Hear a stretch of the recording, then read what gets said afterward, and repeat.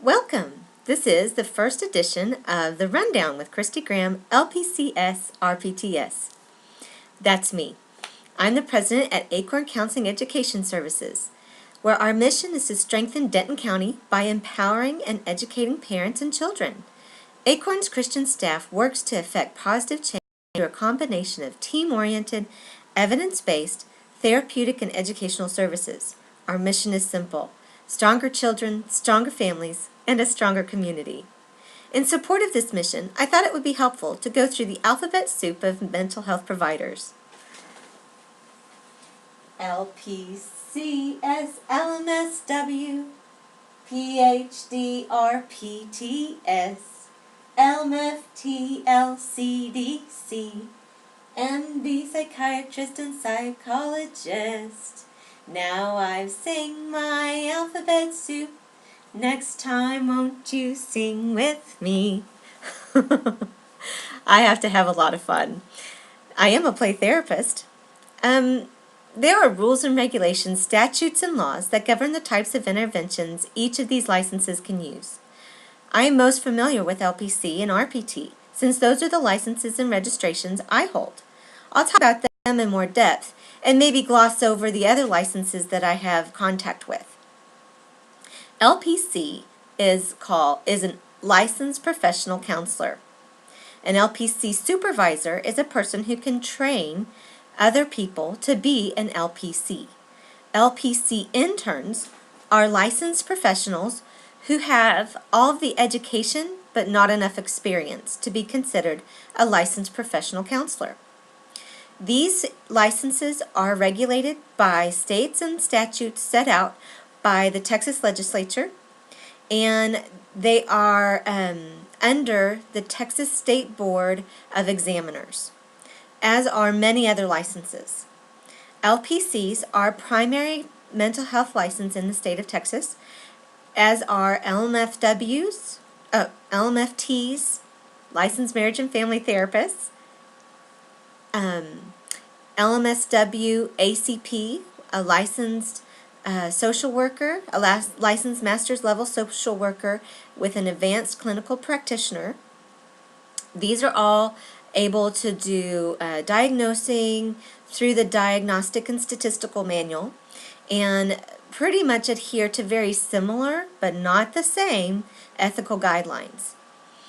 Licensed professional counselors are master's level or PhD level clinicians, and they have specialized in learning about psychology, systems, and ways of using talk, play, and art to help people to express and learn different kinds of behavior.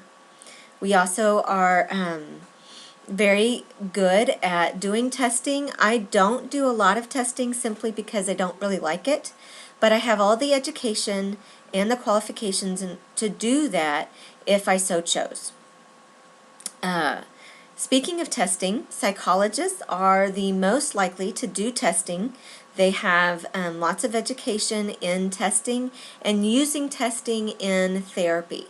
There are some therapists, psychologists who don't do any therapy, and there are others who do a 50-50 blend, and some who do only therapy. But they do typically use more testing in their therapy. They are also typically PhDs. Non-PhD level psychologists are called psychological associates and must be under the supervision of a PhD person.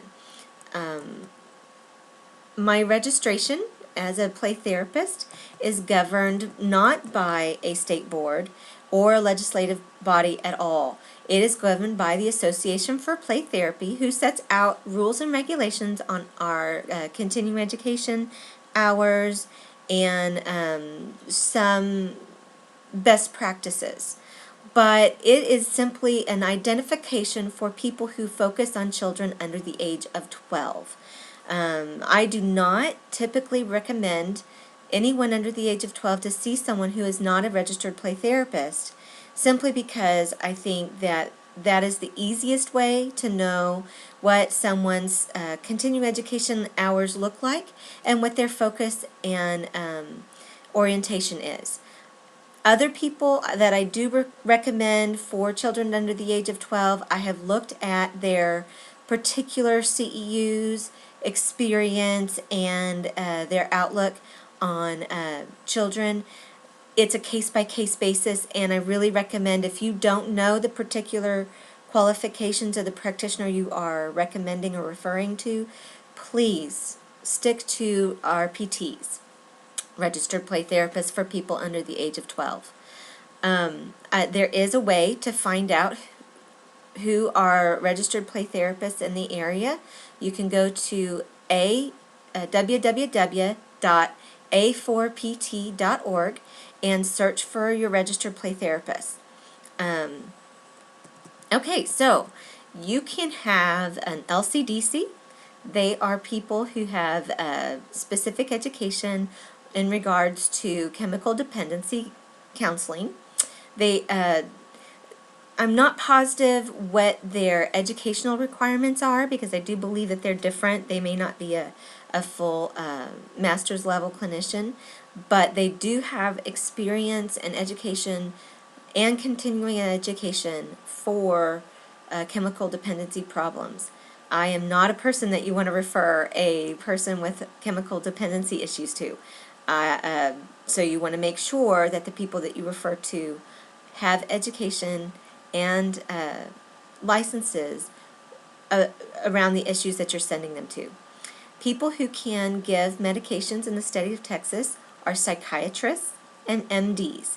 Psychiatrists are a medical doctor who has focused their practice on psychotropic drugs and their interactions and how to find the correct drug for each person. I definitely think that if you are on more than one psychotropic drug, you should be seeing a psychiatrist. They are age specific.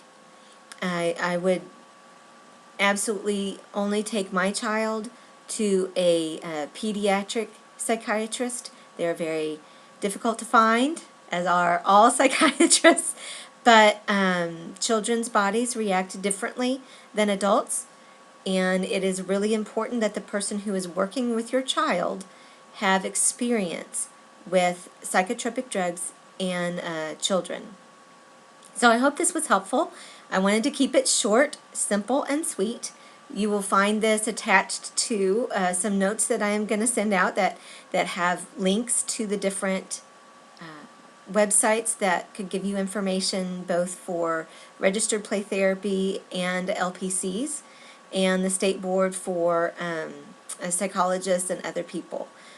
Be very careful about who you are recommending, because it's parents and adults who are looking for help can get very overwhelmed very easily. And if you're having trouble figuring out exactly who to recommend for them and what all these alphabet soups mean, give me a call and I will try to help you figure out who is a good person to refer to. If I can't help you, we'll try to find somebody who can. I hope you enjoyed this rundown with Christy Graham.